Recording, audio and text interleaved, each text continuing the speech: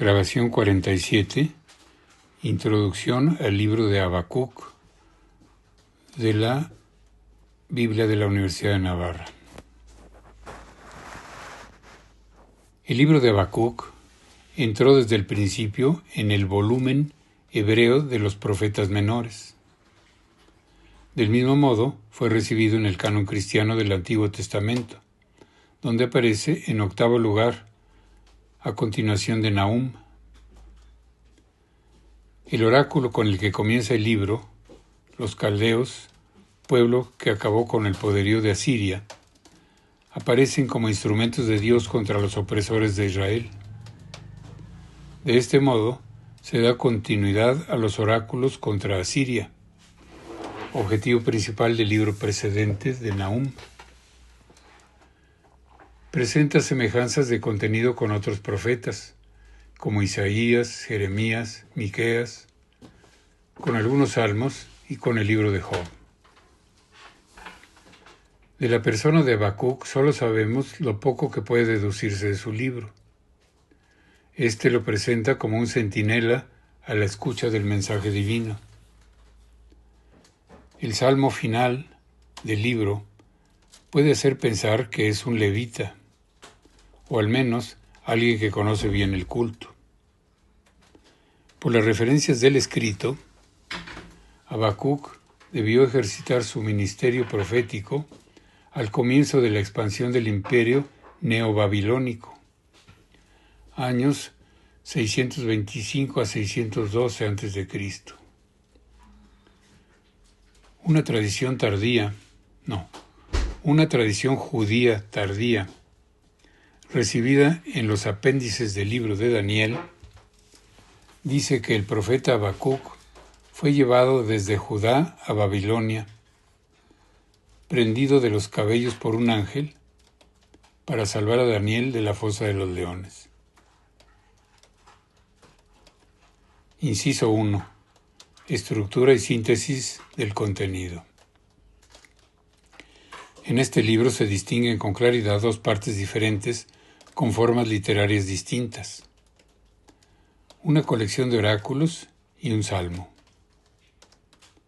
La primera la titula el mismo libro, Oráculo, Masá, que tuvo en visión el profeta Habacuc. Y la segunda comienza con estas palabras: oración, tefilá, del profeta Habacuc. Los oráculos de los dos primeros capítulos se pueden también dividir en dos secciones distintas. La primera está compuesta por un diálogo entre Dios y el profeta, en el que éste le pide explicaciones al Señor por su pasividad ante las injusticias, es más, por su respuesta incomprensible. Solo la última palabra del Señor abre un resquicio a la esperanza. La salvación puede retardarse y hacerse aparentemente más difícil, pero el justo vivirá por su fidelidad. La segunda sección de esta primera parte se compone de 5 imprecaciones o ayes contra el opresor, en los que el profeta se lamenta de las faltas y los abusos de los enemigos, presumiblemente Babilonia. La segunda parte del libro es un salmo epopéico con reminiscencias de la teofanía del Sinaí y descripciones de la manifestación divina orquestada con fenómenos de la naturaleza y símbolos del poder de Dios como fuerte guerrero, al estilo de algunos salmos épicos.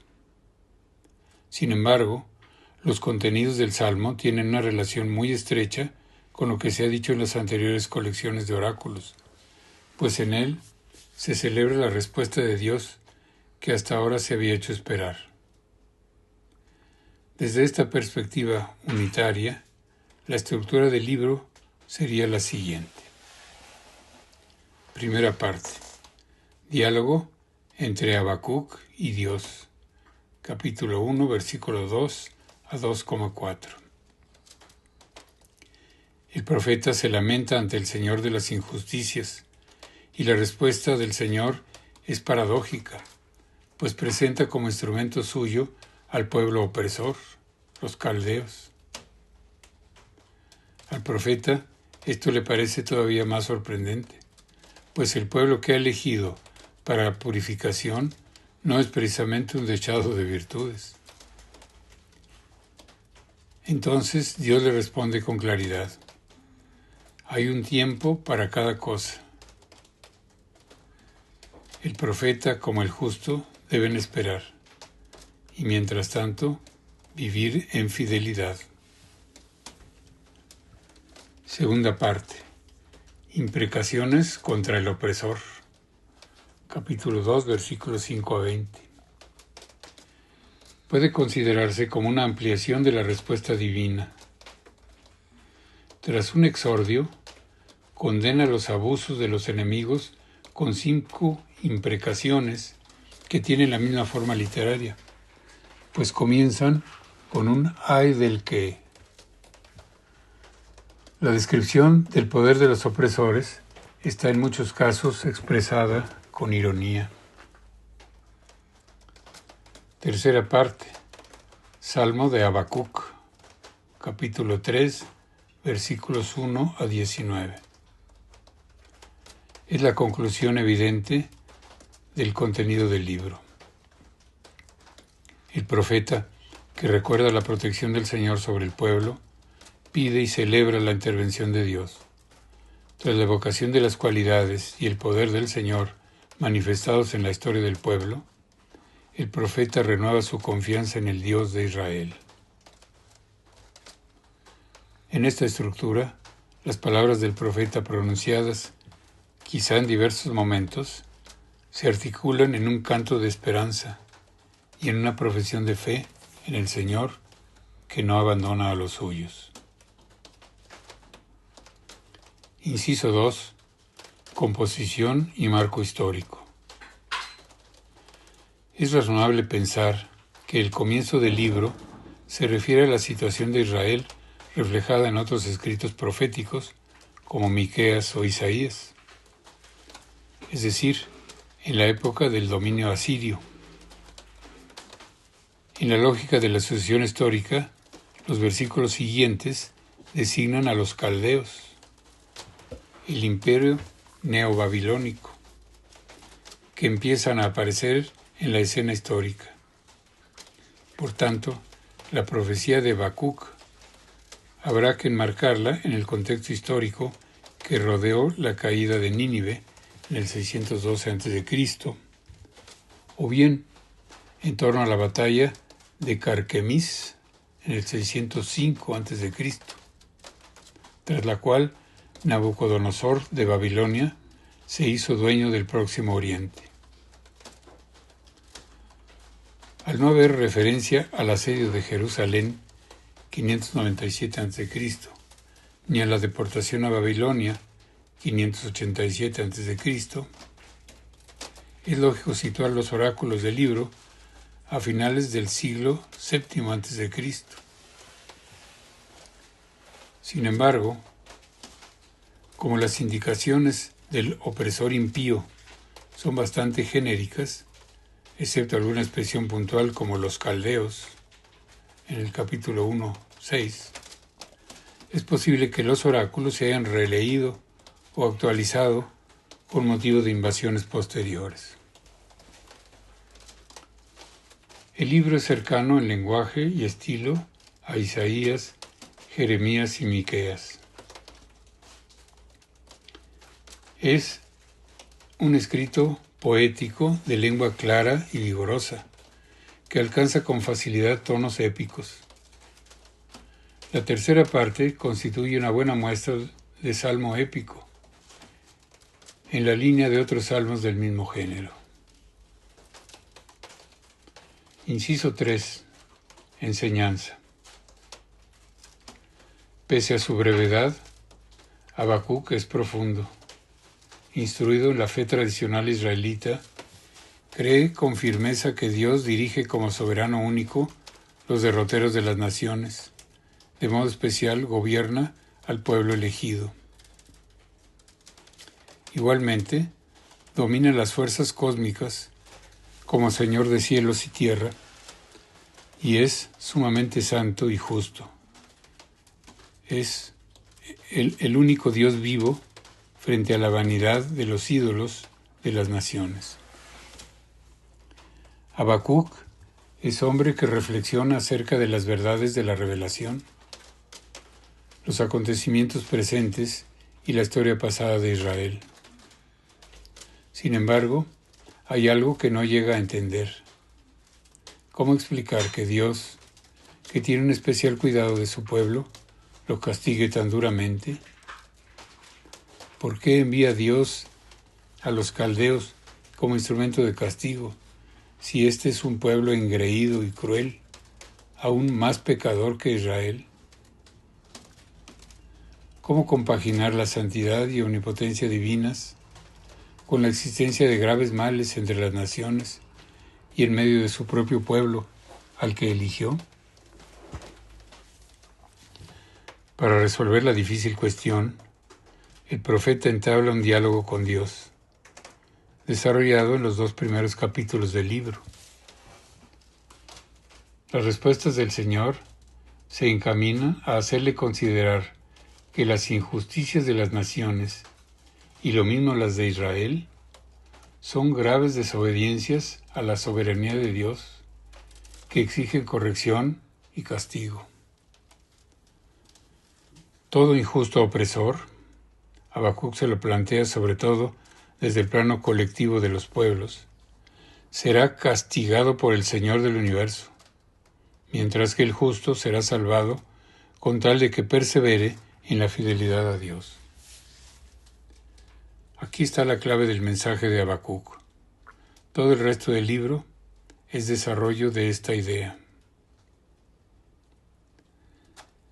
En la etapa de la revelación en que vive el profeta, no cabía probablemente una solución más precisa.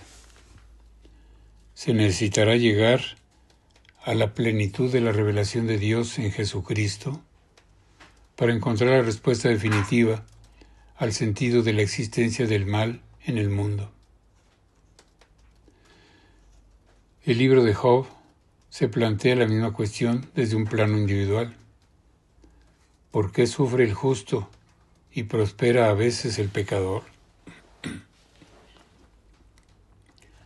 Habacuc propone el problema desde el plano colectivo del pueblo elegido y de las naciones. Aborda de lleno una cuestión humana, cuya respuesta no alcanzamos sino desde la revelación del Nuevo Testamento. Inciso 4.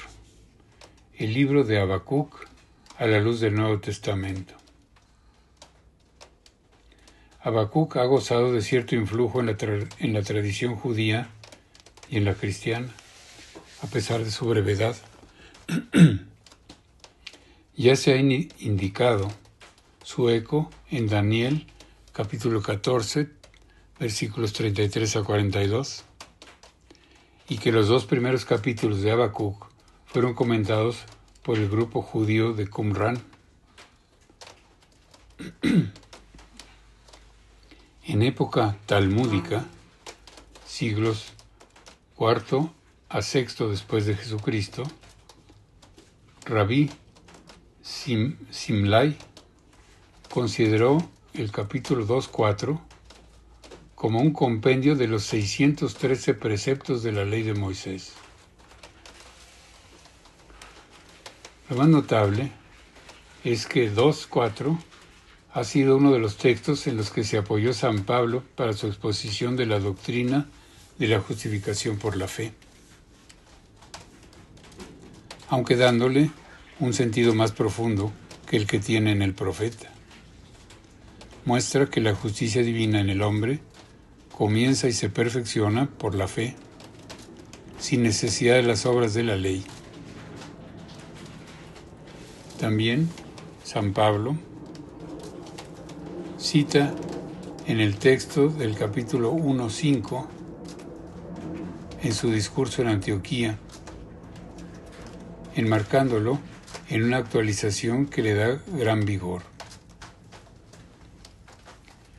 Algunos padres exponen el libro de Habacuc dentro de sus comentarios a los profetas menores. Destacan los de San Jerónimo, San Esiquio de Jerusalén y San Cirilo de Alejandría.